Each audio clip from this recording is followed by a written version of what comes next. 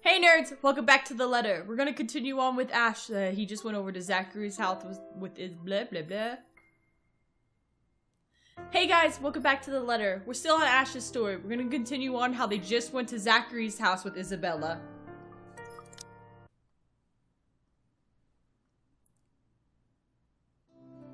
It frustrates me.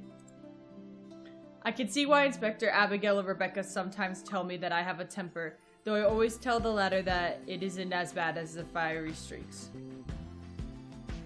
Did we miss something? Looking around, I find no sign where he might have gone to. He usually leaves a note on the fridge if he's out for the day, just in case someone drops by. Oh, I guess he's not there? I feel like a couple lines skipped. I hope. Maybe he ran out of eggs or something and went out to buy some. He's out of eggs after all. A peek into his fridge confirms this, and it puts my running mind into rest for a while. He always has to have some. But be it for an omelet or something he's baking, the guy always has a baker's dozen. Ash, should you be rummaging around? It's bad enough we went in here without asking for his permission. Chill, I'm just looking. Actually, I can also go for a fucking pie right now, but Zach's fridge is the next to empty, save a few leftovers from last night's dinner. All I can do is sigh as I close it behind me. If you see me take anything, feel free to call the police. Isabella quickly shoots me a sharp glare, and another chuckle slips from me, for all this unease in my stomach. Nevertheless, the cheer only lasts no longer than a second, mostly because she hasn't been in the mood for any sort of friendly banter. It's a silence that's telling me, a quiet Isabella? It's usually the first recipe for an incoming shitstorm. Do you always do this whenever you visit another person's house? Because I have a lot of questions about your methods. Just with Zach. I'm still worried for my friend, of course, and regardless of what's bothering Isabella, she's anxious too. She's been standing by the doorway for a few good minutes now, since we entered Zach's place in fact. Doesn't seem to know what to do with herself. But as much as I want to ease my dispute with her, her nervous tics are starting to get to me. The manner in which she makes herself smaller, and the way she fidgets with her hands, clasping them one moment and unfurling them in the next. It's distracting in a way that I badly want to ask what's wrong. I doubt she'll give me a straight answer though, and the best thing I can do is suggest a way to help her temper it. I'll bite discreetly. You don't have to hang around the door. You might be here for a while. You can sit down. She hesitates for a second, but after a brief internal battle with her, she soon takes the empty seat by Zach's study table. Aren't we going to look for him? Sure, we can, but where are we going to start? I can think of a few places he might be, but Luxburn's a big city. I don't want to miss the big guy if we leave, and... I trail off, making a vague gesture in the general direction of Zach's bed. The messy bed suggests that he was out in a hurry. He didn't even bother to fold his sheets. His cell phone's been left behind as well. Another odd thing, when he has made it a habit to never leave it behind in case of a client calls. At least the locked door points to the fact that it wasn't a forced exit. We can take comfort in that. That seems to reassure her, but not so much. Understandable. Anything might happen and completely letting our guard down is out of the question. In hindsight, we shouldn't have left Rebecca alone too. We'll have to check on her later. In the meantime, there's Zachary to worry about, but there's no other clue where he is. Without his phone with him, we have no choice but to wait. Sure, I can give the room another thorough run through, but I don't think Zach will appreciate me appending his place. Isabella won't let me do that either. Besides, before I can think of snooping about even more, my stomach growls, reminding me I haven't eaten anything yet today. Isabella probably has it too. We were in a hurry. Might as well take the chance to cool down a bit, right? Anything to distract us, myself especially, so that I don't just charge head first because of whatever paranoid scheme comes to mind. I have another person with me right now. I can't be reckless. Returning to the kitchen, the first thing I see is a bag of chips when I rifle through his cupboards. After muttering a permission and an apology its owner won't hear, I grab it. Isabella doesn't miss me another glower, though she doesn't really make an effort to stop me this time. My offer of food has been completely ignored meanwhile. So instead, I set myself on Zach's old couch and turn on the television. Her silence may not be too heavy, but sure hell is awkward. The screen lights up right as some awful noontime drama starts airing on the Channel 9. Nothing like sitting in front of the TV with a mindless drone running in the background to waste away the time. And waste it away we do. The afternoon has hit its last few hours, and the movement comes from the other side of the door. Zach's heavy treats breaks the monotonous drivel from the TV. The lock clicks, the knob turns, and slowly it swings open to reveal a very exhausted looking Zach. What, did he run a marathon? Sup, Z-Man? Hey, Zach. Sorry we just barged in here. Ash was... Relax. Z-Man gave me a copy of the key himself.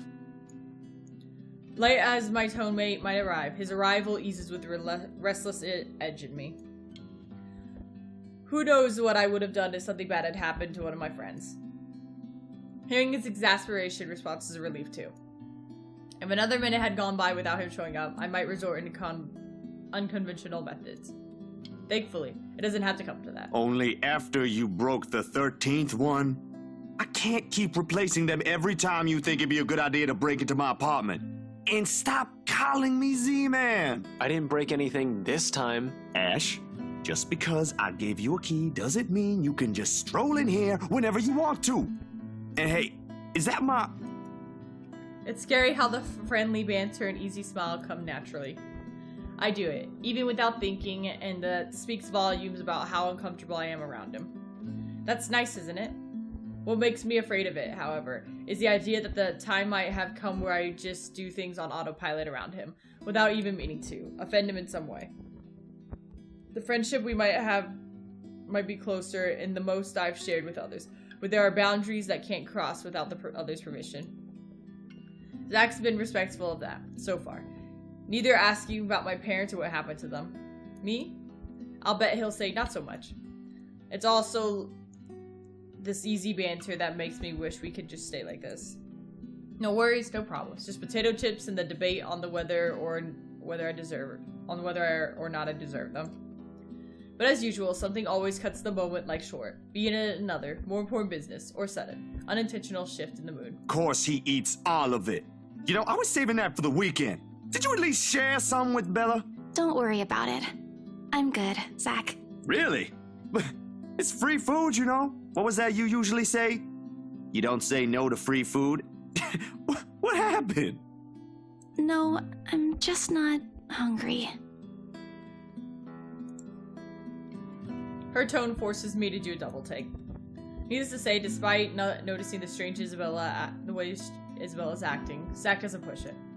The question's all too clear in his eyes, and when he glances my way though, and I wish that I answer him, a shrug is really the only thing I'm able to give.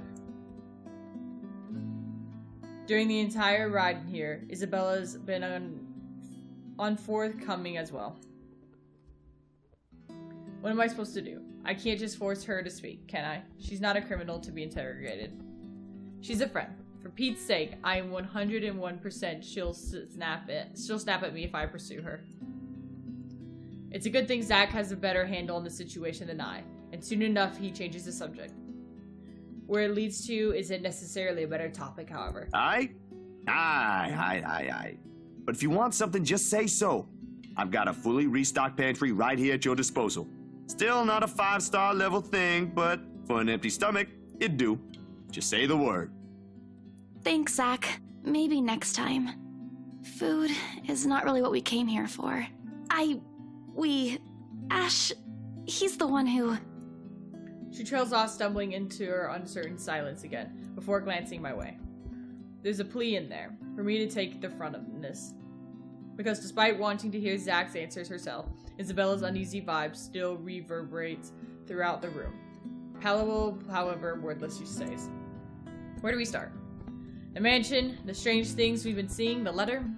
If anything, this simply feels like waiting for an inevitable to fall. Even I'm afraid of what he might say. Her concerns are definitely not unexpected either. I'm sure she blames herself for this. Even if I'm equally as responsible for not listening to her pleas, for opening that letter. On the off chance there's a truth to the curse, this is my mess as much as it is hers. That much I can state with complete certainty.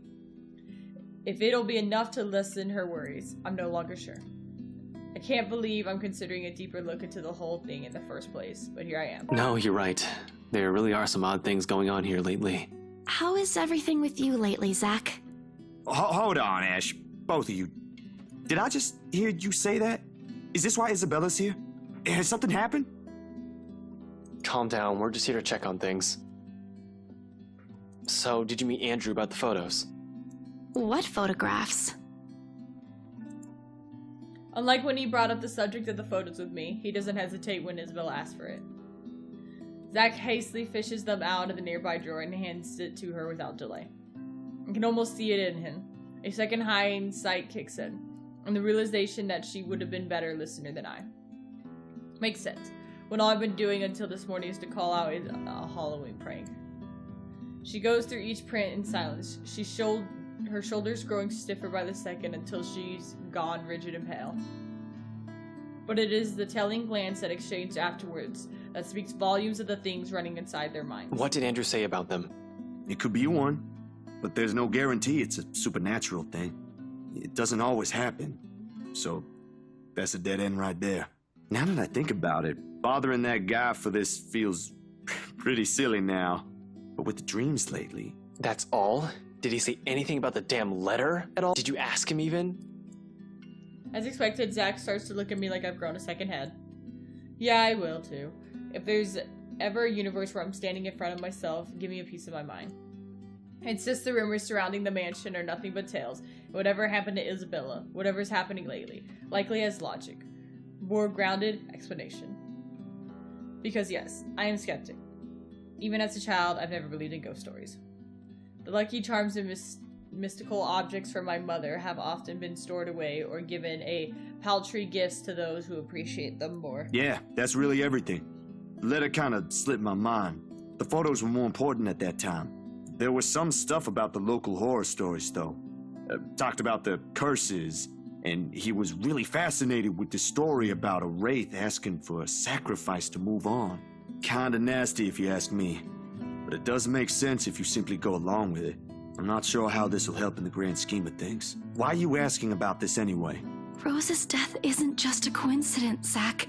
It may have something to do with... I may have... Wait, stop right there for a sec, Bella. I thought you ain't buying this stuff, Ash. Just the other day, you said the exact same thing. The fact that I'm even considering this is crazy. Even when not every time Isabella has talked about her country silly superstitions, I'll just brush it off. Point out every inaccuracy I can see until it's all but exhausted. Granted, I have eliminated every single possibility here, yet what else is there to go off of from here? I try to stamp down the annoyance from the thought alone. The worried look Zach shoots my way doesn't help one bit, and helping me gather my thoughts either. When that's what I came here for. Somehow everyone's just so worried about me. Isabella, Rebecca, the professor, and Zach.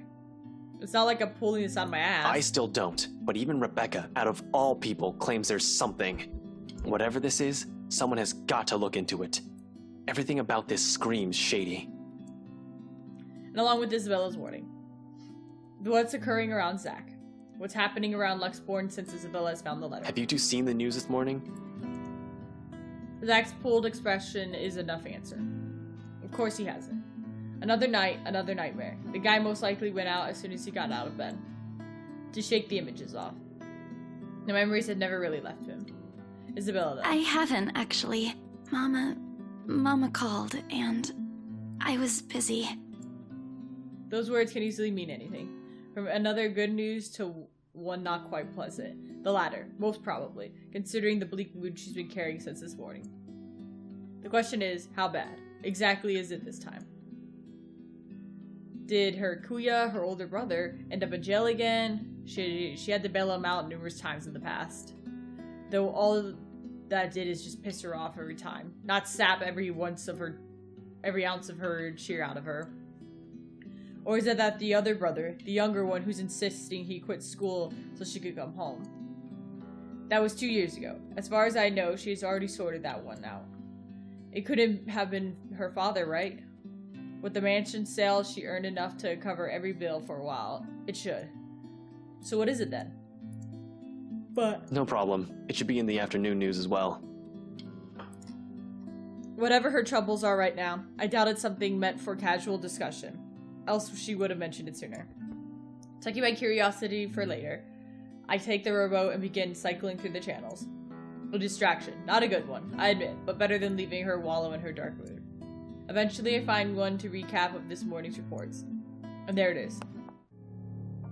The poor guy's unidentified with how badly his body's been burnt. Murder via arson? That's the logical explanation if the law officer's looking into it. Except they can't find the source of the fire. The fire didn't even spread. Found dead in the early hours of the morning today. The fire was contained within the room and no other tenants were harmed, according to Luxbourne police. They're going to consider spontaneous human combustion soon enough if they don't find anything else.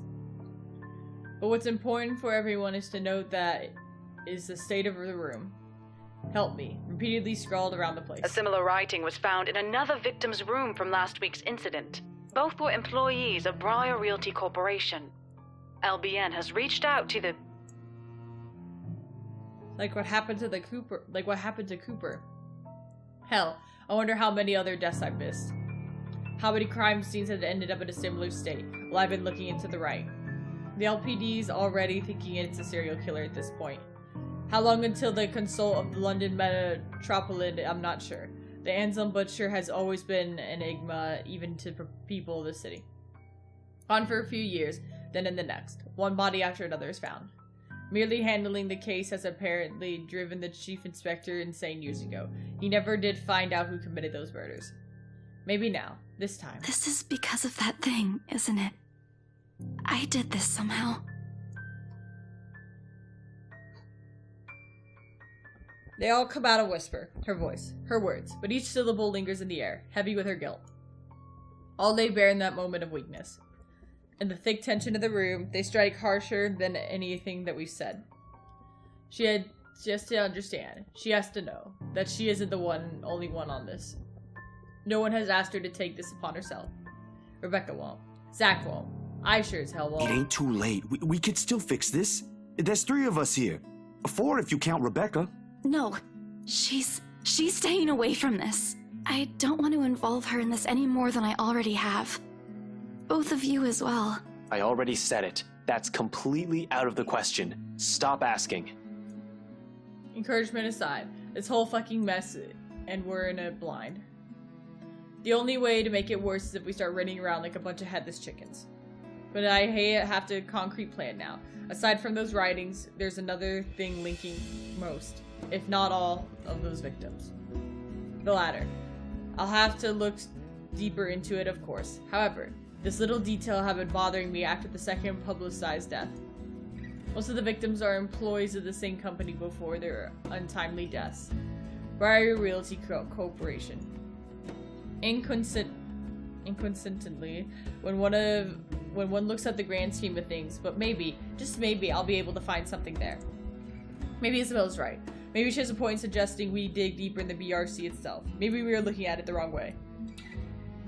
After all, despite the public's inquiries, the company has been quite suspicious, Mom, about the incidents.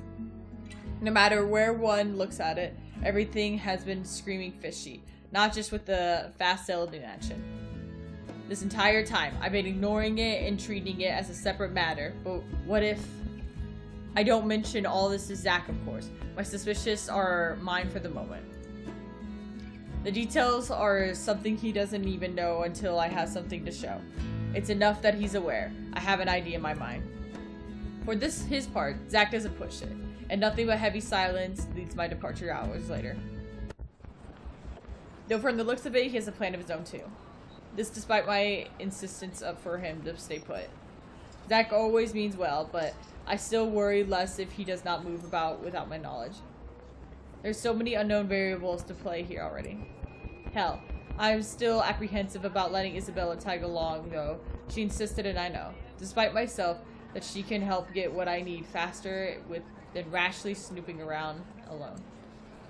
It also goes to say she'll be safer when she's with me. This is a really big one, and I'll be damned if I let anything happen to you guys while I sit here. I'm done running when things get tough. Which doesn't particularly excite me, if I'm going to be honest. I trust him to be reasonable. What I don't trust is the uncertainty that we aren't simply jumping out of the frying pan and into a fire. Look, bro, if things ain't good, I'll be the first one out. But allow me this one thing, aight? Just this one time. Well, in my story, you sure were the first one out. I'm so sorry. If it doesn't work out, you'll be the first one to know.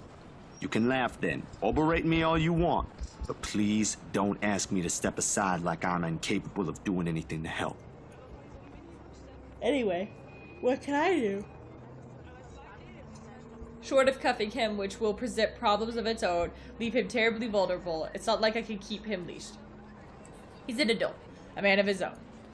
I just hope his whole thing doesn't get away for FUBAR than it already has. All right, stay safe, Zach.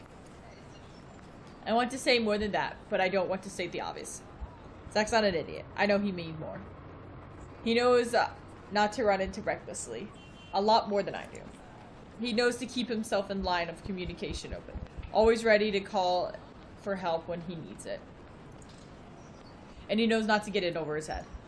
Seriously, he'll probably make more responsible police officer than me, if he only had the heart to join the force. We certainly can use more kind people like him.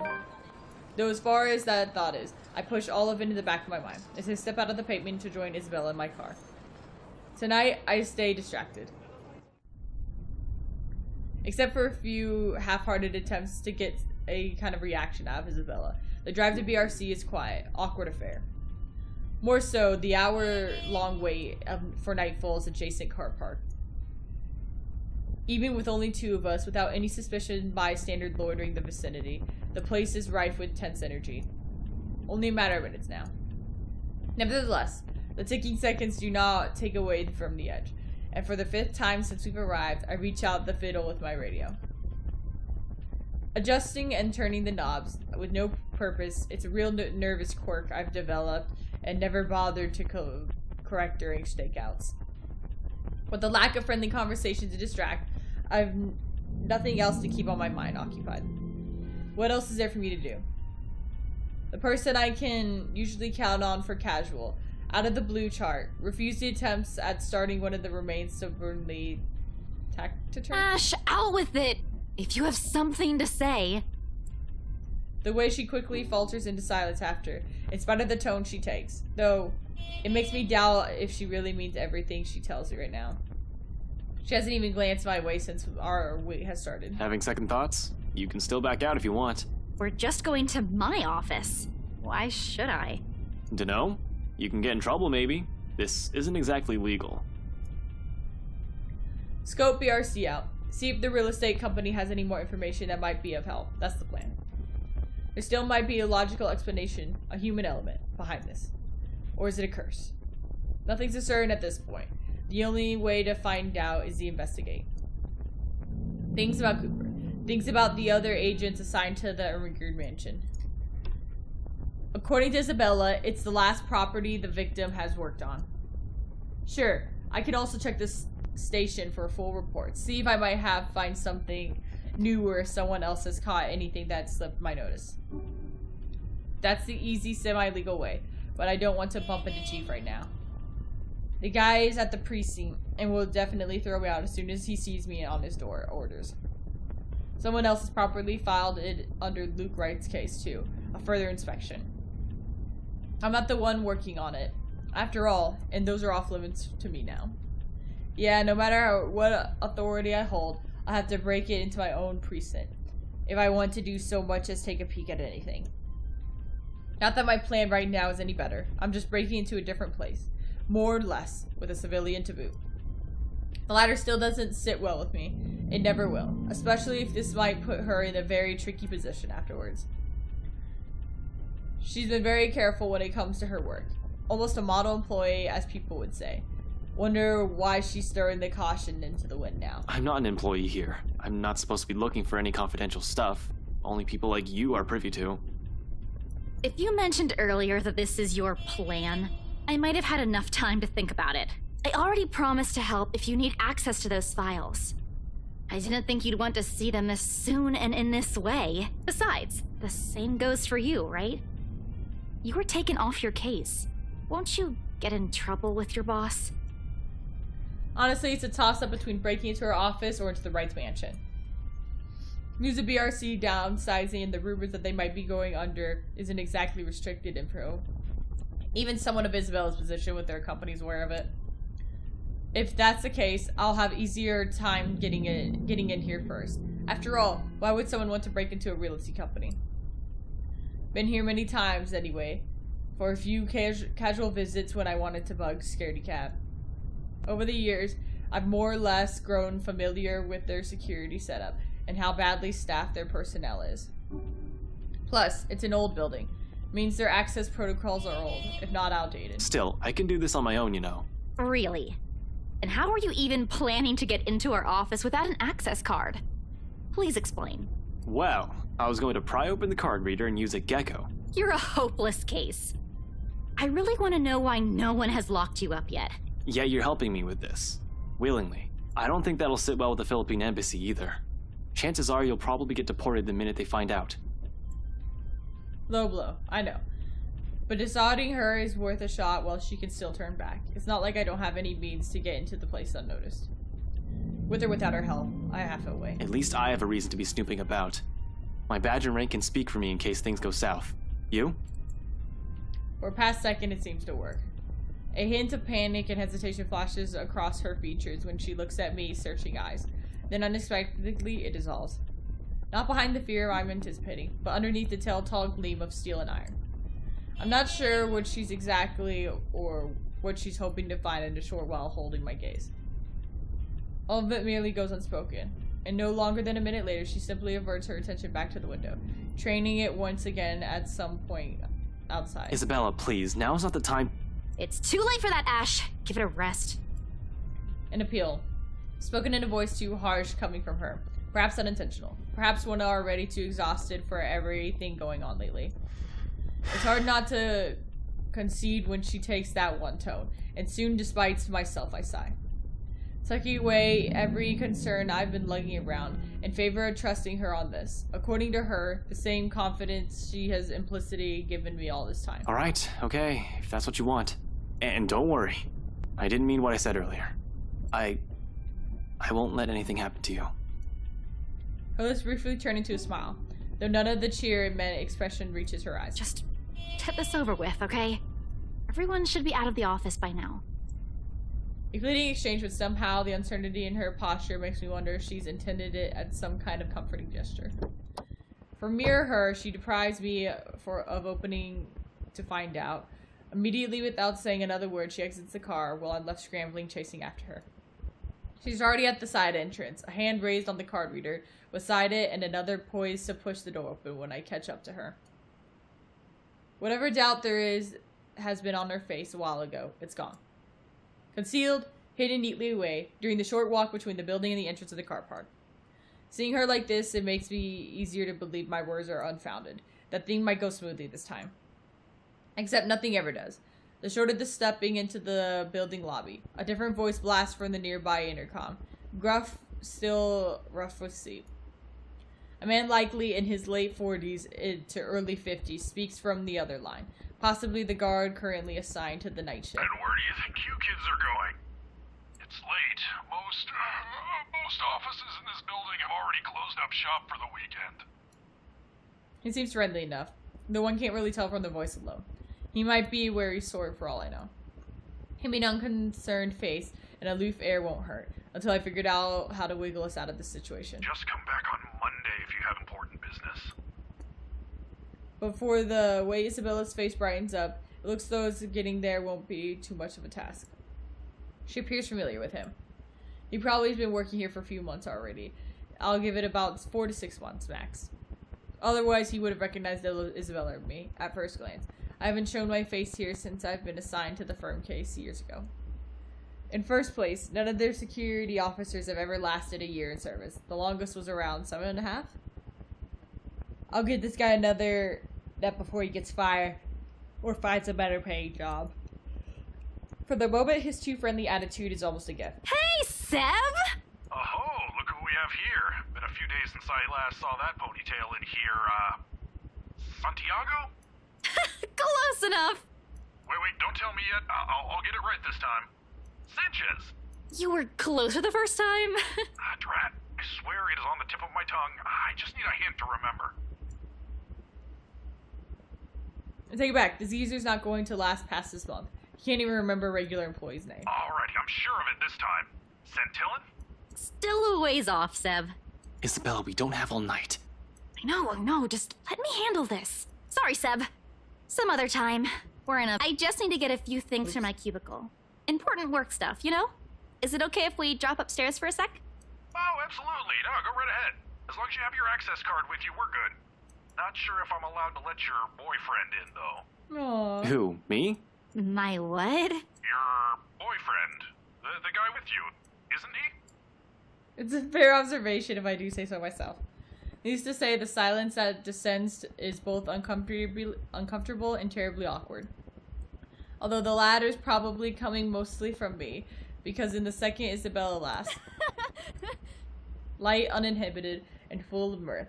More than the others I've heard from her lately. A comforting sound, really, after seeing her in such a dour mood since this morning. Even as all of it subsides into more chuckles sooner than I like. Oh, no! No. He's definitely not my boyfriend. She might as well have set it on fire and reduced it to dust while she's at it. Frankly, the number of no's in the sentence alone is a bit too much. Christ, one could have been enough to get the message across. Did she really have to put it that way? That's impossible! Stop being funny, Seb. I'll go on ahead, okay? She quickly shuffles inside with nothing more than a small wave. The last strange of her amusement filters through the door before it leaves, leaving behind an awkward atmosphere for me to wade through. It wouldn't have been bearable if I don't have to suffer through a stranger's amusement. Alas, woe is me. Not the boyfriend, but close to it, huh? Mind your own business. Kids these days. Good to see her up and about, though. Thought for sure she'd up and disappear like the others. Excuse me? You know, stuff in the news. You mean what happened with Rose Cooper? If I'm going to be stuck here with him for a while, I might as well try to gather as much intel as I can. He may just be a guard, someone with no authority, but for most of the time, people like him are the ones who know more than they let on. A few careful worded phrases are usually enough to get them talking, so long as you appear friendly and pretend like you're not smart enough or interested. Yeah, but even before that, we've got a couple of good blokes we never saw again. Really? Those guys could have just resigned for all you know. Dunno, I only catch tidbits of stuff from over here. Though seriously, I heard the branch is getting flushed soon, but that's no excuse for anarchy. Figures why Boss Man's been in an awful temper these past months. They managed to strike a good deal with the mansion in Ansem, right? That didn't do the trick? Didn't seem like it. The bloke shouting like no tomorrow again. Wasn't very pleased when Gurley called and asked for another leave yesterday afternoon. Gurley? Isabella? Not too surprising, considering she's already been gone for 3 days. Now she's asking for another. Not that it's a bad thing. It's within her right as an employee, but Isabella rarely uses her work leaves. Yeah, poor lassie if you ask me. She found him a buyer for that mansion after all. The least he could do is be considerate to her after a family member's passing. Wait, what? The rumors surrounding the BRC Rose Cooper, missing in action employees, all of it ceases to matter in that instant. Almost an instinct, my eyes zero in on the intercom speaker, as if I'm staring daggers at it will show me a man behind the voice, so I can see the truth in his face myself. Oh, you don't know? No, what? Nothing. I shouldn't be the one you're asking, and, things might get a bit boring here. No one really wants to hear what a poor old guard wants to say. Why don't you just go after her? As long as you're not looking to create trouble for me, it won't be a problem. You aren't here for that, right? He's lucky I'm not here to hurt anyone. If I were someone else, someone with ill intention, he might not be smiling at the end of the day. Well, no, but... I'll go and unlock that side entrance for you then. Just don't forget to turn off the lights before you both leave, okay? Hey, wait a second. What do you mean by... He cuts off the connection before I can finish. The rest of the question dies in my throat. Soon the latch clicks and the nearby side door swings open, waiting for me. The guard, Seb, a stout man, wearing a uniform still too loose for him, waves me over from the gap before he disappears behind his station again. Just by luck, here I thought I'm going to have the count on whatever Isabella brings with her. Although, no matter how much I want to feel happy, something else has already taken a firm seat in the forefront of my mind. Is it why she's been acting like not herself today? Since when? Of course, as I step into the building, I try to push all these questions as far as I can. I need to focus. Work is work. No time to think, but other stuff when we might have a bigger problem at hand. But if what I've heard is exactly what I think it is, if it is a sign of things to come, honestly, I don't feel too good about that. It's a quiet ride up to the 7th floor where BRC main office is. Seb has been kind enough to switch on the guest elevator power, just as I'm about to head for the fire exit stairs, which is a welcome relief. I'm an active guy, but stairs, I don't want to tire out too quickly, in case it gets ugly. This probably won't be anything with the building this quiet, but you never know. Besides, the whole place still feels eerie this time. Lights are good when you're walking alone. The occasional thoughts of ghosts lurking about uncertainty doesn't help. Though there is no wind, I swear I can hear whispering. Every shadow is a suspect. With the low light, every time I see my reflection, it's a daunting affair. I have to firmly remind myself, until proven, that those are just stories. Worries, things can happen. No need to scare myself with whatever image of my head conjures. I have a mission.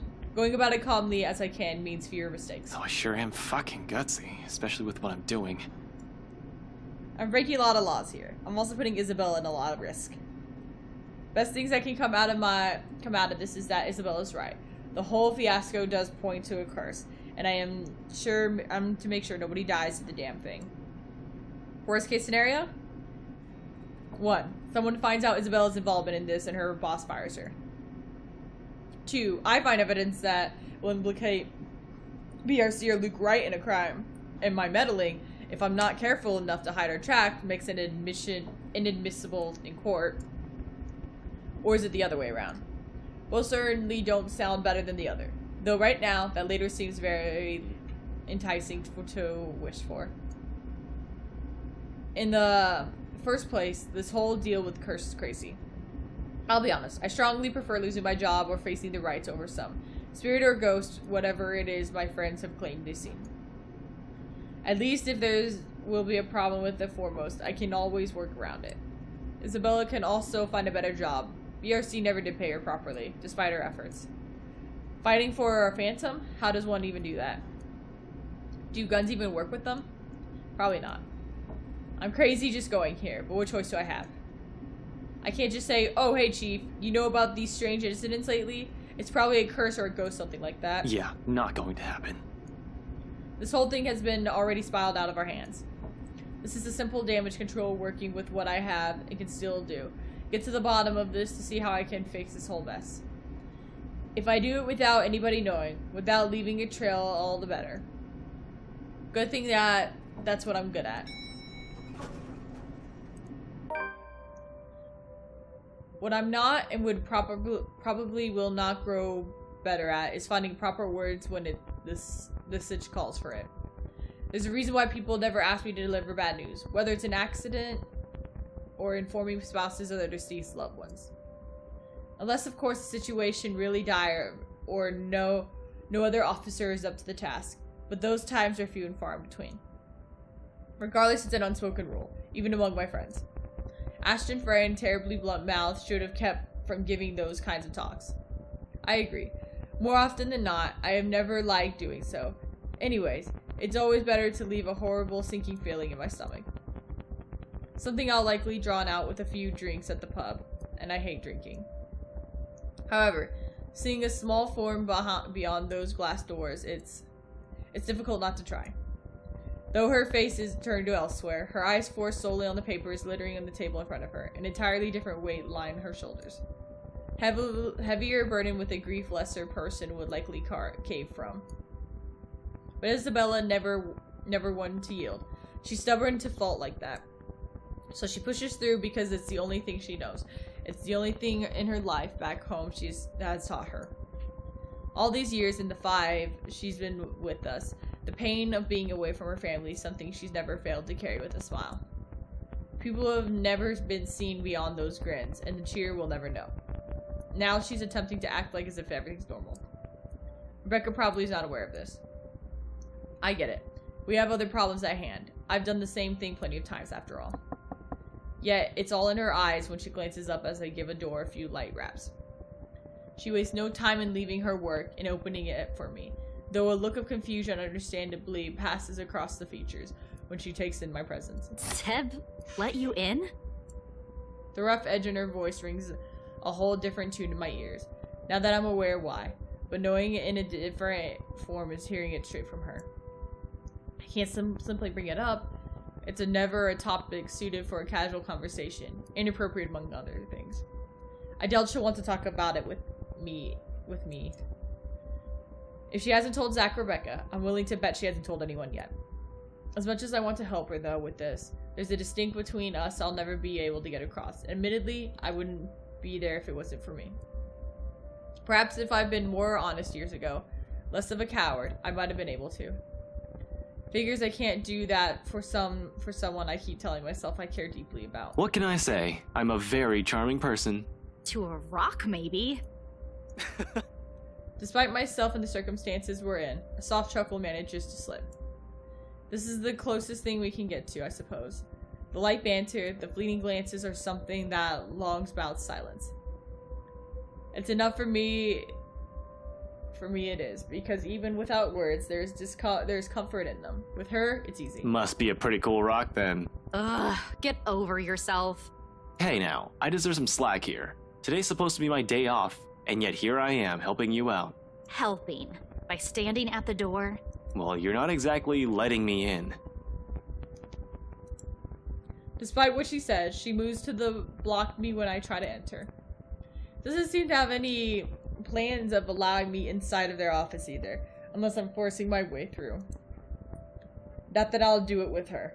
Not that I'll do it to her, but she must have been expecting this. The second we walked up the building entrance, counting on the night shift's guard to bar from the place. It's reassuring to know she's somewhere. Excuse me. Somehow worried about me. Although it's a bit misplaced at the moment. Besides her concern aside, I really can't let her into the thick of things without me, not with all the problems of her plate right now. Isabella? Seriously, Ash. Seb might get in trouble for this.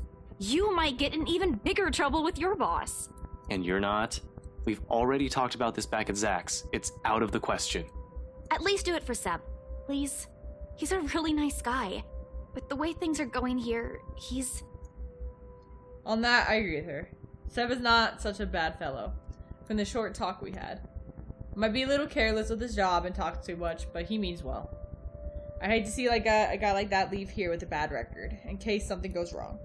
However, the anxious looks that she shoots back at the papers she left on the table brings even bigger worry. Did you find something? Aside from what you told me about yesterday? Not yet. I'm not sure. I haven't started going through the files we have in the records room. Just the ones they handed to me and Rose. Let me see. Wait, Ash! Isabella, I already promised you that no one's going to get in trouble after we're done here. Even so, I'll make sure we leave the place clean. Her hesitation's still there. A split second of indecision as she tried to form an argument. Eventually, when nothing comes to mind, she steps aside. Okay, but we can't take the original files out of this office, clear? Not even a single sheet. We'll just have to make a copy. Don't worry, that's the plan. And appears to reassure her. A nod. Shortly the gesture for me to follow, leading to her workstation. A blight with a little reluctance in her step. Passing the sea of cubicles, I can't help but to take in everything in their office. Force of habit for my most part. As far as I know, BRC Luxborn used to own the whole building. Office in several floors. Once upon a time, when real estate was still a lucrative business for the company on the side of the country. Even the competition showed up suddenly. Everything not so good anymore. It only got worse as the years went by, or as according to the rumors. Years later, the whole branch is just this floor, despite what huge sign in the building facade implies. Frankly, it's not too hard to believe when one looks at the state of this room right now, almost empty, in every sense of the word. Not only because it's beyond business hours, but most of the cubicles are devoid of any sign that speaks about their owner. Desks have been cleared out. Not even a single indicative of a person who has worked there remains, with the exception of occasional company notices left behind tacked on the wall. Personal mementos are scarce, as if they've gone through a max exodus. That'll be on downsizing, probably. With what's in the news, what's happening to Isabella, it's impossible not to speculate and veer off to a more ominous territory. Of course, I shake of it when she starts handing me the papers when she's looking through earlier. Focus. There's no point in whining or dwelling longer on this, when that's what we're here for in the first place. Find out what the real deal of the old-fashioned way is. Even if it's meant to read through the shiting of the real estate papers and the documents I normally wouldn't be interested in. My reluctance aside, Isabella's presence is the whole other blessing. I can't imagine how long this will take if I've pushed going in her alone. Is this everything? Where are the documents you mentioned? Still locked up in the records room. Do you need them now? Bring them here. Everything that has to do with the mansion's sale. Even those who worked on it during the renovations. The cleanup. Everything. Including your mandatory sign-in sheets. It's an odd thing to bring up. At least it elects a laugh from her before she heads to the records room. She remembers. And no matter how weak the sound of it from her usually, it welcomes things to hear amidst Loftus' stillness.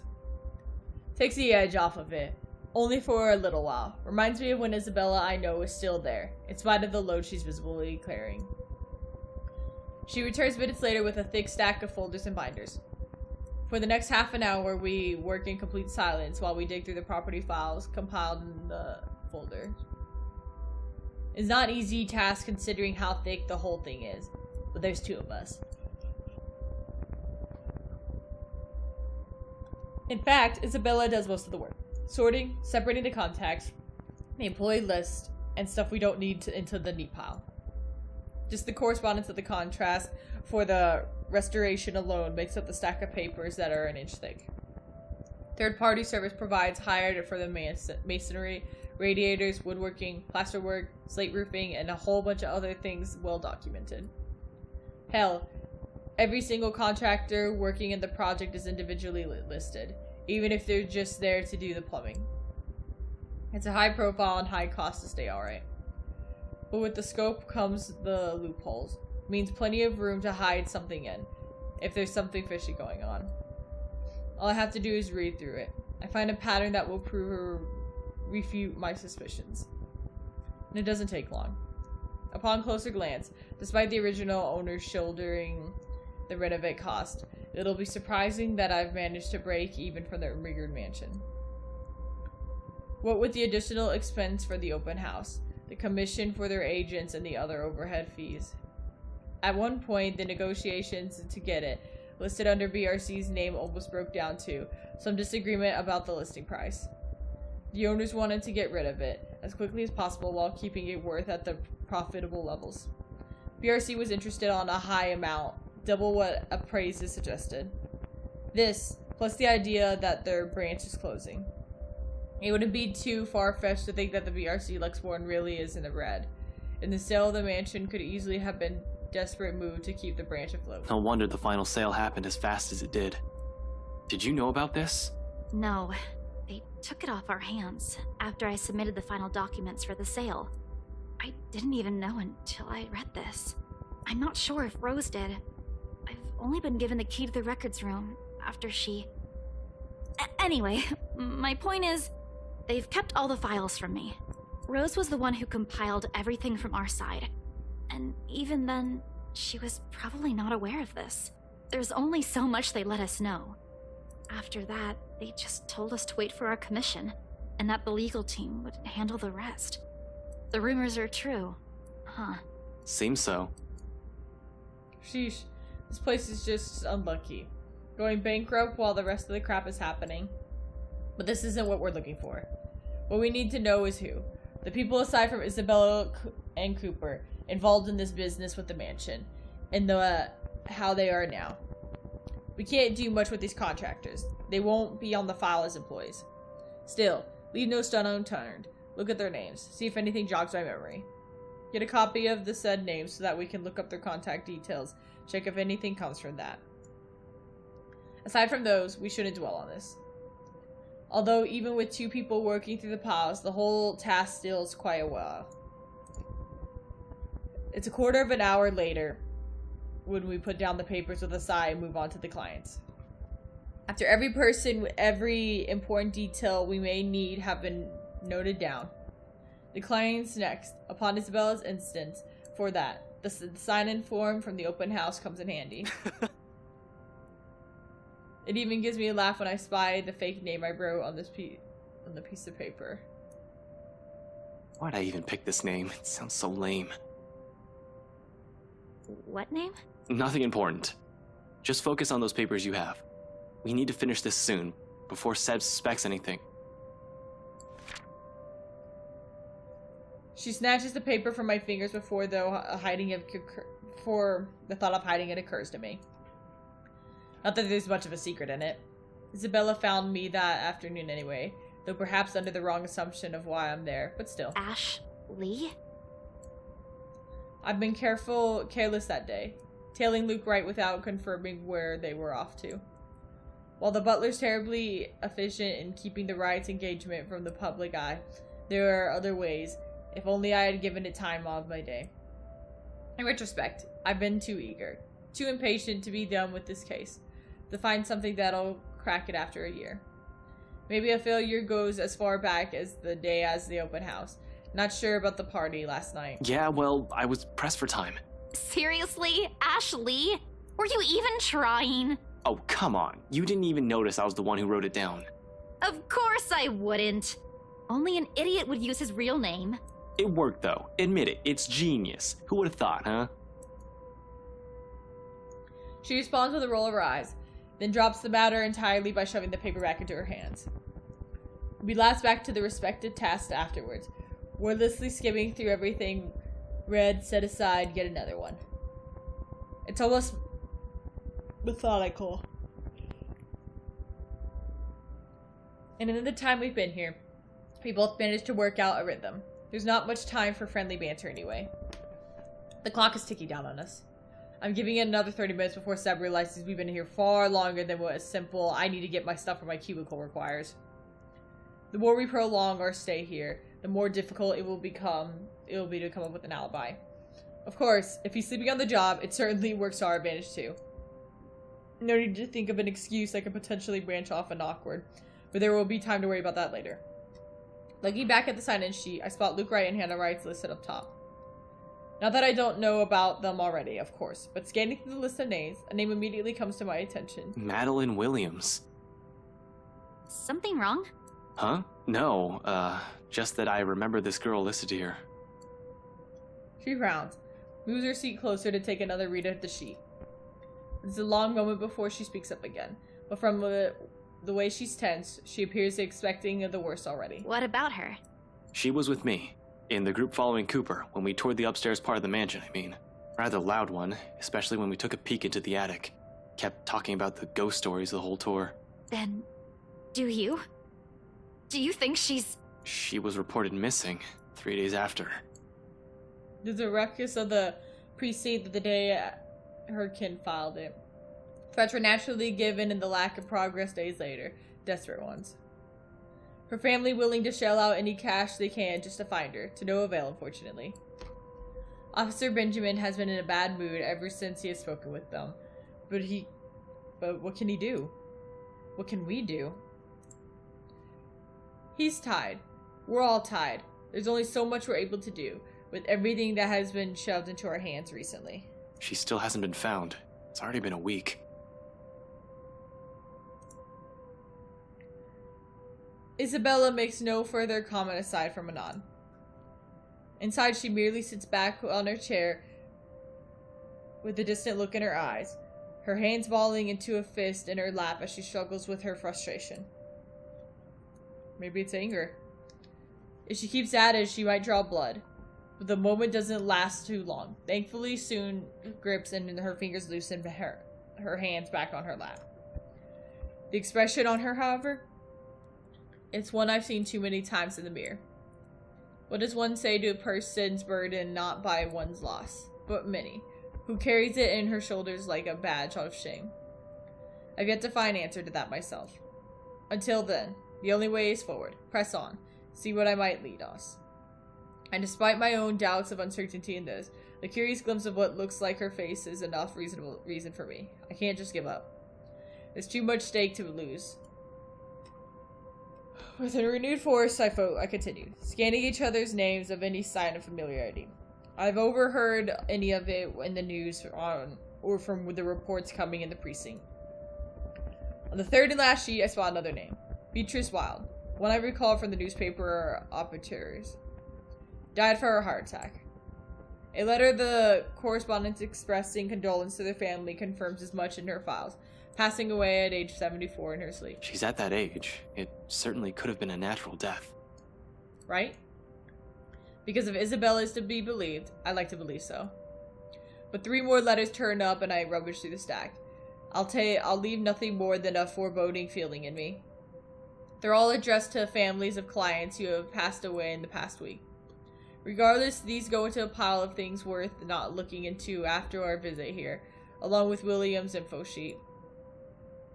There's so many names and so many faces, each one I've seen that day, and here I am wondering if they're all alright.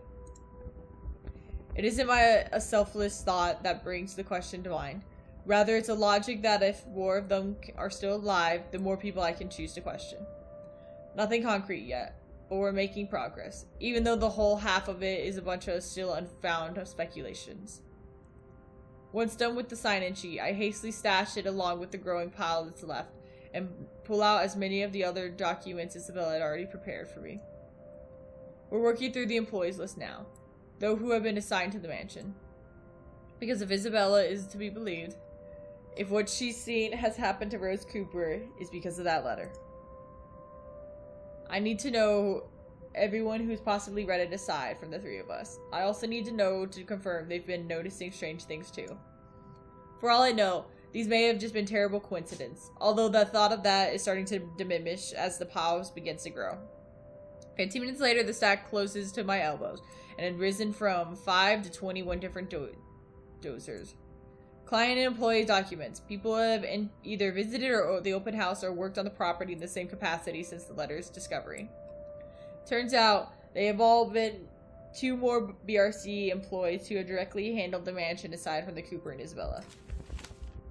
Christian C., a realty specialist, and Mark Julius Jean Mary, the estate appraiser. This C guy, he was in custody just the other day. Really? Sir John has been looking for him. He stopped reporting to work a few weeks ago. Are you sure it's the same person? Yep, this is him.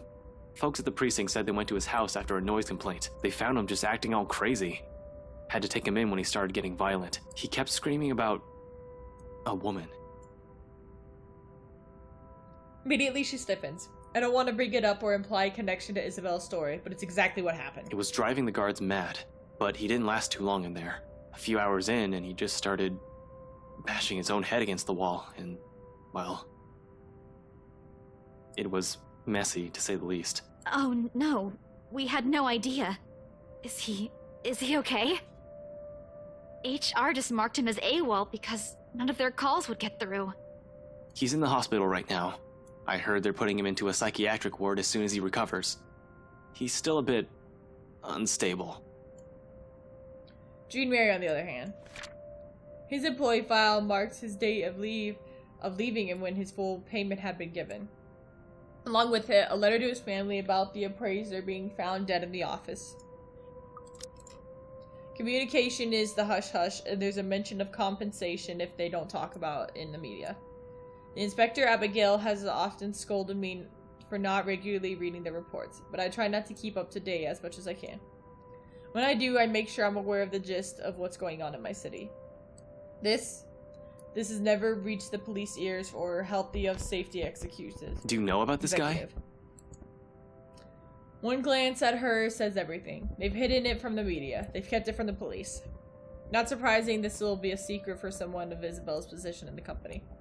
Fuck. Rose was looking for him. Last week. We haven't heard anything from him either. Until now. They never mentioned this to us. Business going under, and someone dies while working here? Of course they want to keep it on the bum. It's bad publicity. This whole thing is just freakier than deeper than we delved into. Nevertheless, and the files to Isabella to make a copy The pages with their names, addresses, and contact numbers will do. We'll start with the ones who live within the city. Sometimes there are things you really can't just brush off as a mere coincidence.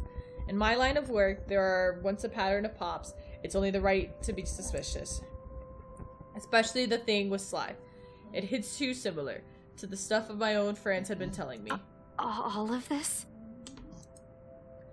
It's a considerably thinner stack than the one that she had brought in. Yet somehow the way she hugs the folder close to her makes it seem heavier. Like she's hanging on to some manner one will lash on its lifeline. Only the noteworthy ones.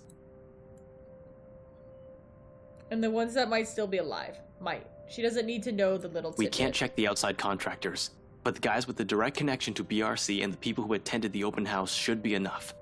We don't have time to see how everyone's doing, especially if what you said is true. For a second, she appears about to argue, then quickly decides against it, hides it away before anyone reads the question in her face. Then in an abrupt motion, she turns towards the copier and gets to work. Soon only the machine constant thumbs fills the dread air around us, while I keep myself busy cleaning the mess of papers we've made. The lack of talk is awkward, to put mildly disturbing at worst. I've gotten so used to letting her babble away whenever it's just the two of us. When she has to say has always felt more interesting than what I can come up with. Never the talker I am, always content in simply listening. I can tell, however.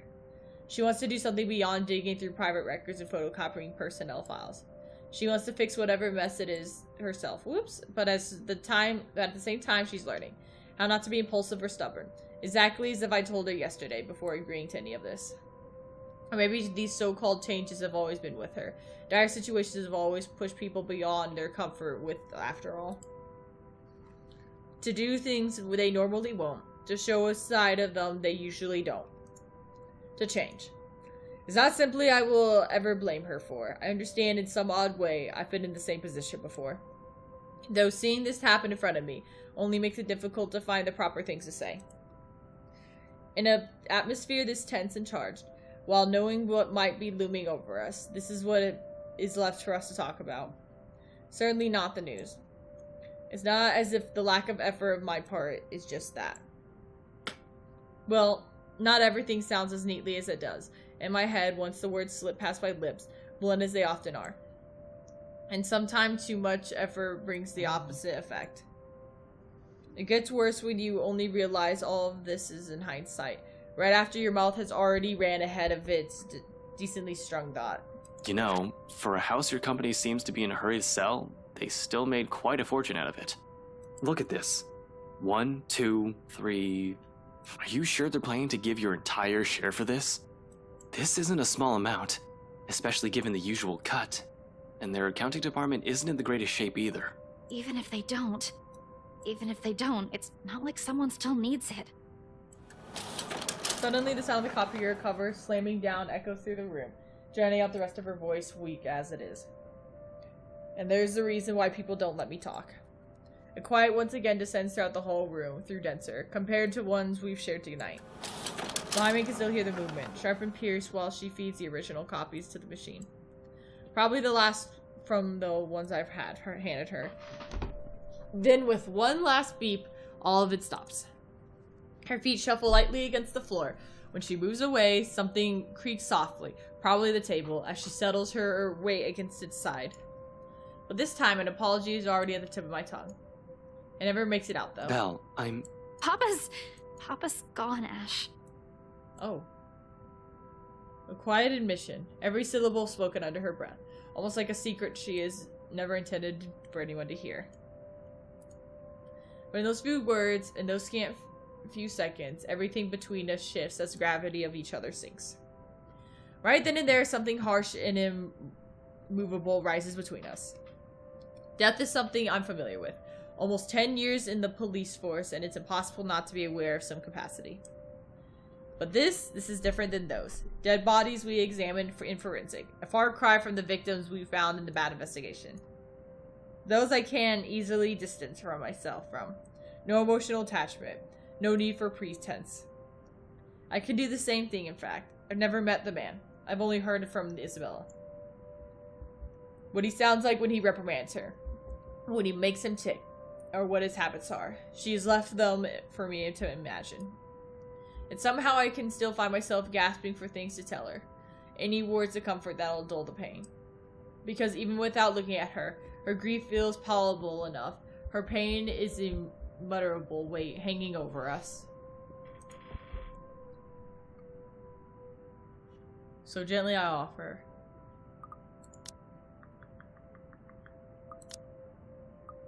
When? Huh? When what? Your dad. I mean, when did you find out? She does not answer. Not immediately, anyway. For a lingering moment, the hush simply stretches out before her. Spanning across the minutes and seconds, we let pass while we'll simply stand there waiting, unmoving without exchanging anything else except for the soft sighs and gentle breaths. Eventually, she exhales, lightly muted enough that I might have missed it, and I had not been paying attention to her every movement. Yesterday, around 3 in the afternoon there, Mama called. She told me he passed away in his sleep, and I guess I can take comfort in that, huh? That Papa wasn't in any pain when... Trails off, realizes another ragged breath hidden underneath her chuckle, each one mitherless, heavy with nothing but sorrow. Then she falters into silence, and for all the attempts at lightening her burden, I'm suddenly at a loss. Reassurances can only do so much, when her only reason for staying here had been taken from her. I hope abruptly yanked from under her feet, right after it had been generously given, and without the one person that pushes her to endure these, all the shit we're going through, she's going through, means nothing but a struggle. What does one say to a person fraying at the edge? She's slowly wearing thin and breaking. Are the words even enough? What did I do? What right do I have, anyway? I cannot give her anything apart from lies that have utterly changed me as a person and affections she might or may not have even one want for her. Because no matter how easy she was wormed herself into our lives, how immutual her presence has become, her own heart will always yearn for something else. For hope. Tell me about him. Huh? About what? Your dad. Tell me about him. Anything. Just talk. Say anything you want. Doesn't matter what it is. I'll listen. Silence again, for a few minutes, as if she's testing the weight of my question, for what purpose it is, for any reason I can't offer right now. After a while, though, she starts, reluctant her voice hitching, flattering, and stumbling each syllable as she chooses her words. A rough start, but soon it steadies. Along with it. To keep companies, the stories from childhood and memories she fondled of. Are the tears. Despite this, in spite of the grief choking her words off, the hurt closing her throat, and the sobs racking her lift from her, she continues. Like the mere act of speaking is relief in itself. A release. She tells her father, that very person who named her, she looked up to him, how she was a bit tomboy growing up, and her attempts to imitate him, and how the man has encouraged her to pursue what she really desired for herself. Perhaps even the only thing she ever did, having grown up not wanting anything more than food to be put on their tables. He told me I don't have to listen to them. That I can do what I want. Every day, he'd wake up at 4, Ash. Because he'd earn more that way. And every single time, he'd give them to me. Whatever extra he earned, he'd hand them all. so I'd have something to use for my paintings. And you know what?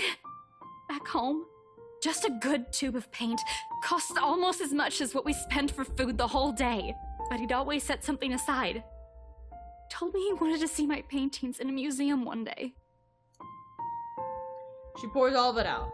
Every little thing she's loved and admired about him. And like this, it's easy to see why she's gone such great length for him. Why'd she leave her dreams? Why she went against the wishes, just to grant him another chance at life. Others will say it's her warmth that draws people to her, or her cheer.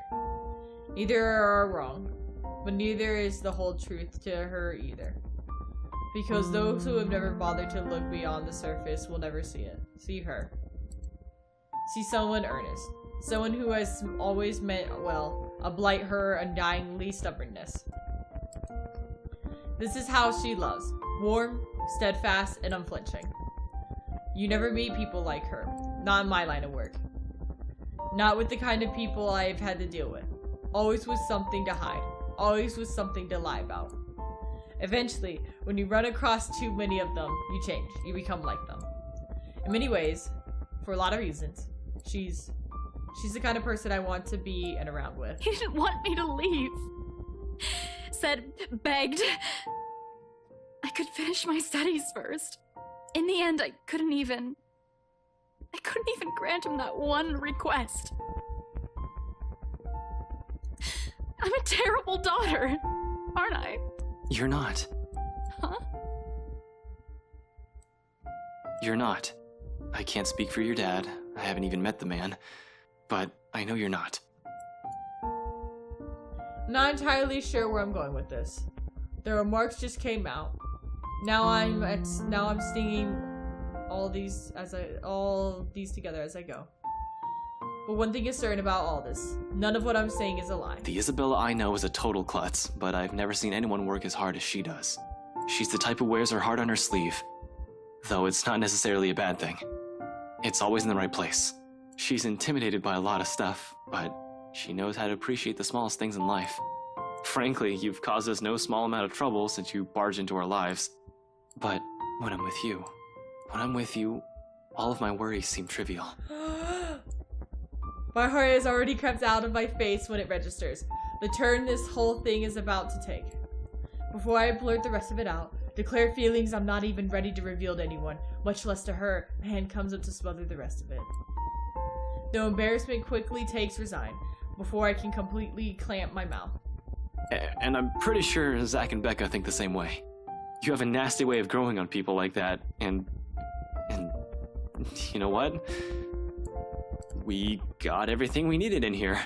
I'll just wipe the security recordings and we're good to go. While I'm at it, you better wipe the snot off your face. And you don't look very nice when you're balding like that. Hastily I gather everything. The personal files, client documents, sales agreement and contacts. Anything that my hand can get a hold of from the table. I record in time. It has been stacked in a neat pile, ready to storage, and I'm carrying the entirety of the back of the records room. Wherever that is. It should be as easy to find. Unless this place is a maze of some sort, which I highly doubt. Still beats staying here and seeing the look on her face. Especially in case Isabella has heard the last bit of what I've almost let slip. Crap. Really, her anger still is bearable. I can take that, including the glower she sends me, right before I take my leave. So, yeah, I'll go get the security videos and put these back where you pulled them from. Man, these are heavy, you know? Ash, it's just paper. You don't even know where I... Oh, no, I can handle this. Easy as pie. And, yeah, security cams, tapes, videos, cams. Yeah, I'm off. Her rejection at this point? Maybe. Maybe not yet. Getting the files back to BRC archive room is a clinch. With the documents in its place on the other Isabel shelves, I lock the door behind me, tugging it twice just to make sure. Now, on the next order of business. Removing the evidence our exclusion in here, or at least the very least, she's part of showing we've been doing under the past hour. Either way, can't have our faces plastered on security footage showing them breaking the law, as it were. I'm gonna have to wipe the data that Isabella accessed card entries to. Surprisingly, finding the security room was a breeze. What will be tricky is getting inside. The fact that no one has walked out during the whole time we've been here means the room is either empty or the security sound asleep. I'm banking more on the former. If they're cutting corners and firing H's, I have no doubt in my mind they fired the guy stationed in here. If they have anyone watching the monitors in the first place. It's rather common things to establish just leave security recordings indefinitely, and checking the footage is something actually happened. Just to check, I press my ear against the door, listen for the sign of occupying the room. After a long minute of nothing, not even the sound of something breathing, I give the door knob a few rattles. Standard lock and key. Should be easy enough to pick.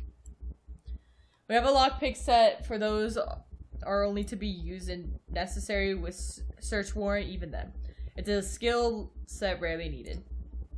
Subsidently, is it on cops' priority if they have the authority to search the premise? Bolt cutters and brute force are favored methods. If those fail, we call a locksmith. Me, I prefer a good old hairpin trick when those things aren't available. Besides, they're easy to hide and store for emergencies. Running my hand through my hair, I pull a pair of bobby pins. Why do you have bobby pins in your hair? Two of these I can just open the standard lock. One makes the lever and the other one makes a handle. Oh, I see it, everybody, because he just holds it there just because. It's so stupid. I won't call it a complex skill, but it certainly takes time and a lot of practice to successfully pick a lock. Good thing we've practiced with them in a bit of college years. I've learned more when they're accessible and standard issue for the law enforcement officer. A wiggle here, a click there, and I managed to seize all the pins in the locking mechanism soon enough. Jeez, I'm losing it. With a slight turn of the knob, security room right for the picking. The room's odor hits me first. A sharp, nauseating stench. Here we go! As if someone has accidentally spilled a gracious gallon of bleach in the room. When was the last time this place was open? Ugh, this place smells awful. Jesus, it's worse than the forensics lab on a bad day. Probably because the bad botched effort to clean up this place. Even in the dark, I can spy disgusting stains on the wall. Right there.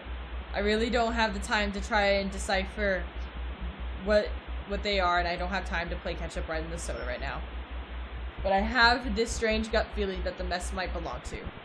As expected, no security personnel mans the office CCTV, and the standalone DVR setup is open for anyone. Normally, I'd keep to say things about sloppy security setup, but right now, their negligence makes the whole task erasing evidence easier. As it's simply as going to the menu, searching for the file, tonight for recording, and well, deleting it. No fuss, no muss. The next one should be the access card.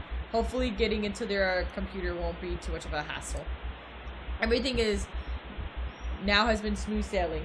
There have been hiccups, I'll give it that, though it does nothing to dampen the mood I'm in. Once I shift my attention to the machine sitting at the DVR setup, all of it swiftly evaporates. I'm no computer buff, but I have definitely recognized one or more decade old. Simply looking at it makes me feel young again. I have no other choice, however. With heavy sigh, I power it up and mentally prepare myself for a slow slug. Slow apparently remains the understatement here. It takes a whole 3 minutes for the thing to start up. The OS hasn't even loaded, and in my boredom, I started inspecting the live feeds on the camera. Only 2 of them work. One of the viewing outside, and the other one seems to be in order, and the other for the main workspace for Isabella. It's a fleeting glimpse of a curiously glance, but the sight of it stops me. The image is a bit blurry, but standing there, right there in the middle of the room by the cubicles, I can make out the form of a person. Aside from Isabella. What the hell is... I don't get too far into that line of thought. No few seconds after my words have slipped, without any sort of warning, I'm still trying to make sense of what it is. My figure moves. Not across the floor, right towards the camera. Gradually makes it near, her features grow clearer. Deathly pale skin and her hair like ink. Too real, too close. Stands out to the contrast artificial images shown in the monitor. A moment of paralysis hits me when she stops right in front of the camera, like a damn rookie. I go to still face it in danger. Nothing but an odd clicking noise and pounding my own echoes in my eardrums. I definitely haven't been trained to handle supernatural. This is one, isn't it? And, oh fuck. Her eyes bore to me, the malice in them, piercing even beyond the screen, and it's enough to make her numb. The only mug crashing on the floor when my hand accidentally swipes it, snaps me out of the trance, reminding me that I'm not the only one here. Isabella. Her form in the screen suggests she has nothing noticing anything, and I'm the only one witnessing this. In any case, whatever's happening, I have to get to her out. Gathering my wits, I quickly reach her my phone and dial her number, while keeping an eye on the figure staring back at me. It takes a few seconds before she answers, though there's no time. Ashton? Did you really have to call? We're practically on the same floor. Get out of there. What? What are you... Out. Get out. I'll meet you in the elevator. Just You're creeping me out, Ash. Bitch! By now you think you would know! get yourself out of that place, now! I end the call with a click, and without second thought, I back away from the controls for the room, ready to be done with this place. Before my foot's even crossed the threshold without sort of warning, she disappears from the screen. Son of a... Whoa! Instinct instantly takes over me, and hands quickly reach for the gun at my side, only to meet empty air. Though authorized, I always leave it in my car. A mistake that cost me a few precious seconds, while the paperwork I brought with me threatens to scatter everywhere at the same time. Gathering them myself once more, with weapons to protect myself, my sense of preservation kicks in at the last. I lunge towards the door. I spread across the floor without daring to look back. Isabella already waiting at the front of the elevators by the time I push myself to the office. Worry increases her eyebrows upon glancing at me, but I don't have the time to answer the questions in her eyes. As soon as I reach the door, I grab the arm, practically throw the two of us in the open elevator, and slam the button to the ground floor. As a sigh of relief escapes my lips, the elevator starts to descend. The clicking noise that seems to announce the ghost's presence fades off into the distance myself. Besides me, Isabella shifts, moving the stack of papers under her arms while she takes in my appearance. Concerned with her eyes, though all I offer is a small gesture of my hand while I attempt to compose. Breathe. In and out. Why are we in such a hurry? We need to get out of this place. Did you get everything? Yeah, it's all here. But I'll be fine. I was in the security room. From the monitors, there was a fucking... The rest of what I'm about to say dies on my tongue. When the elevator stops the doors, instead of stopping on the ground floor, however, it completely skips. And just drops us in the building basement. There's a moment of pause, while we both take our surroundings. Confusion understandably there. oh, come on! They should just replace this whole thing. No, I'm quite sure I pressed for the ground floor. Right? But just as Isabella says, it's an old building and the elevator always did have problems when I visited in the past. It probably didn't register it right. Even Isabella becomes so angry whenever we try to get her floor. And she'll have to repeatedly smash the button for the elevator to even move. That was always a good laugh. I wasn't too worried then. All of it completely changes when we hear clicking noise again. From the distance beyond the light reach, echoing in my ears along the rapid pounding in my chest. Isabella stiffens, her eyes grow widened, her whole body freezes at the sound. Gingerly, she reaches up to the ground, the hem of her sleeve and grips it, hard, tight, and enough for her fingers to dig through the small material. If we have a way out, I doubt she'd run this instant. As it is, the only thing she can do is hold on to me, her eyes screeching widely source of the sound, while I stand protectively in front of her. Ash, did you hear that? Anyone there? No answer. I can hear you moving from here. Show yourself. No response. Only the soft sound of something, scurrying around the floor and the walls in slow, deliberate movements, faint though still audible in the hush. Until it stops. A moment. We need to go, Ash. We have to. And then, the well. This time, I'm certain it isn't my imagination. Against my training, my body stiffens. Hands still mid-press on the button, eyes waiting for any sort of movement further back. The ears strained to the source of the sound. I can't believe I can't even offer Isabella reassurance. Much as I hate to admit it, dread is seeped into every nerve in my body. Then the blasted elevator still won't work, no matter how many times the thumb presses on it. This isn't in my fucking training manual! Ash, we need to leave. I know that sound. Ash, Please, get the elevator! Another series of shuffling against. Alondra, all of a sudden, she's suddenly there. A small grotesque form lingering at the far end of the basement on all fours. Like a twisted spider, she stares at us. A look of hunger in her eyes. The venom. Jeez, I don't want to read this because she's coming. A clue that she will well learn. And when their damn flies that has been dropped right on the spider's web. Ashton! Okay, never mind. She's not like moving yet. Jeez. Damn it! Damn it! Then without warning, she moves, mocking us with the slow crawl she takes, knowing that we're both Mercy and that she makes her approach. Fucking hell! Ashton, the door! The door! But then it isn't funny. Our lives are at the hands of a crummy elevator. Our lives are literally hanging between life and whether this stupid thing gets to work. We're not here to go and to die here. Not on this damn elevator. What?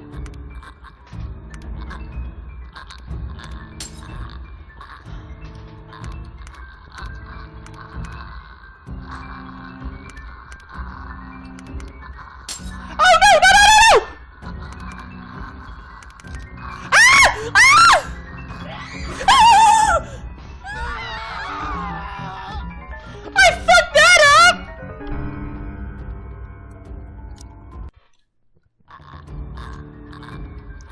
18724 9351 71265 56247. The divine powers heard me swearing up a storm in my head. The door closes just as the thing's list loomers near. Soon the elevator, the blasted thing, is headed up. Isabella knees buckle in relief. Too thick, she's hugging herself without the care of a best papers and folds her as she drops. She draws in a ragged breath after another, each brimming with another. Oh god, I keep skipping it. I'm sorry.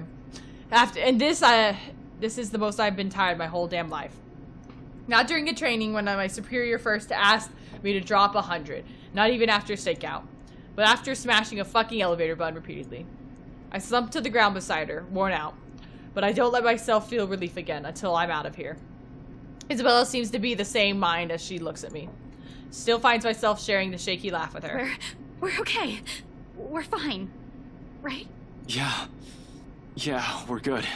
Alive. Fuck, we should have taken the goddamn stairs. Twice I've seen it. Thrice if I included the party. Unless I'm tripping balls without realizing, there's no doubt in my mind this is actually happening. I seriously don't want to believe it. But with the truth staring at me in the face, I'd stupidly deny the reality of the matter. As soon as the lift hits the ground, the door slides open and the hightail out of the building. Seb sounds asleep when we pass by a station. However, in the face of what we've seen, everything I faced tonight, we can't really care less who will still see us on our way out. Sooner we get away from here, the farther the better. I'm just not sure if that also meant being safe. She almost got us. Damn it, that fucking thing almost had us. Hell, I haven't even sorted everything running inside my head right now. All I can see is her face, a horrid smile as she's about to reach us. Shit, it was the only bad luck that we managed to get the fucking elevator unstuck. Had blasted thing not worked in the last second. I need some fresh air. Fresh, breathable air that doesn't stink like death gore all at once. I'm panicking. Christ, losing focus. With another person here I can't afford right now. Isabella hasn't said anything, but I know she's more than shaken than I am. I can't lose when another person depending on me. Remember your training, Frey. Another deep breath ensued. I'm starting the engines of driving us off. After a little incident in the elevator, somewhere open would be good. Someplace we won't get trapped. This is the longest day ever. Lexford Park during the nighttime brings us a welcome relief, though only by some. The chill has seeped into my bones and is still there, furling and unfurling underneath my skin. If I don't move, if I don't busy myself with anything, soon my brain will go haywire. It's the last thing I want to happen when there are plenty other things to do. But this already answers all of it, doesn't it? Those deaths. Just how many copies of the letters are out there? Isabella can't have the only one out there and other people are also getting cursed.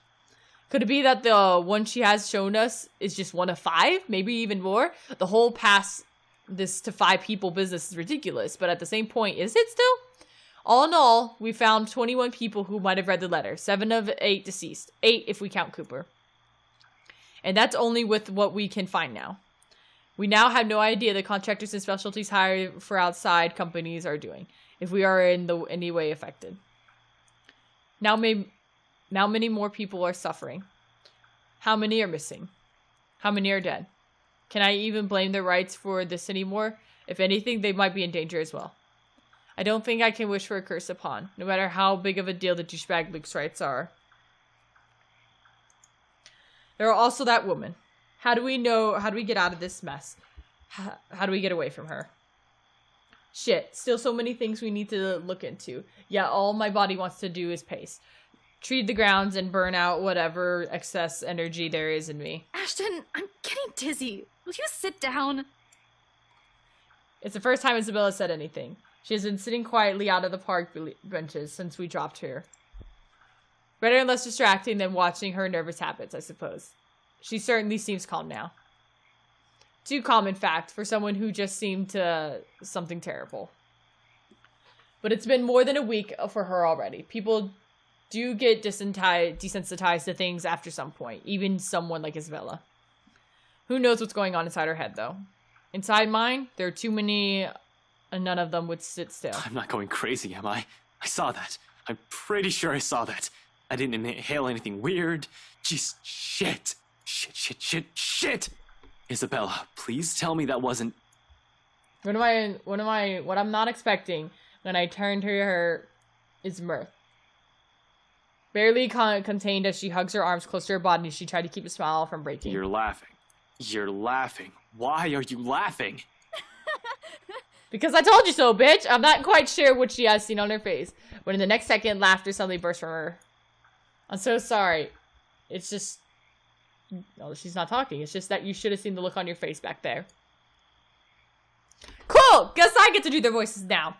Yes, right, sure. I'm not the one who panicked. You almost ripped my arm off. Yeah, but... Isabella, this isn't funny. That woman almost got us. We could have ended up dead. I know. I'm really sorry.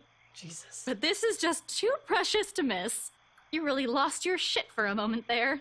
You're trying to get back at me, aren't you? Well, I'm not the one who kept calling someone scaredy cat for years. How does it feel? I'm not scared. Really? Because it doesn't seem that way to me. At all. I'm not, alright? I just don't know what to do right now. Immediately after the moment presses, replaced by another tense silence. Laughter dies in her lips as everything sinks in. The awareness is much bigger trouble looming over us. We're in deep shit if it finally hasn't caught up to us and hit us like a ton of bricks. Hit me, more than anyone. Because she has been warning us since the day of, and I'm the first person to have brushed it off. Despite that, she still reaches out to me, tugging at my sleeve, almost desperately. Her hands are trembling, and there's a tremor in her voice. When she speaks without cheer, only fear remains. One that she has been burdened with from the beginning. We're still going to do something about it, right? Not just stand around and let that thing get us. Unexpectedly, she leans her forehead against my arm. Her grip on the sleeve tightens when desperation is in there. Quite I pleased. don't want to lose anyone anymore, Ash. I wish I could give her the promise, but with so many unknown things, so many things I don't understand about this, how can I? Why she still trusts I can do something about that baffles me. It all feels wholly undeserved considering the way I treated her. Yet despite my reluctance, I find myself returning her hold in kind. A grasp warm and light enough for her comfort. Not a promise, but something close to it. Oh, that was so long! Oh, gosh, that was so long. And I'm not gonna lie, that 3/4 of that was so dry to me. I could not handle a lot of that. Okay, I am stopping here, guys. I'm probably gonna have to break the next couple days up, too. I tried to just bust the rest of the day out, and I did it, but whew, this is long. I hope you guys are enjoying it. We are picking up now. We are getting places. We're figuring more things out. Check out my other stuff if you need a break from this. Otherwise, I hope you guys have a great and wonderful day. Bye!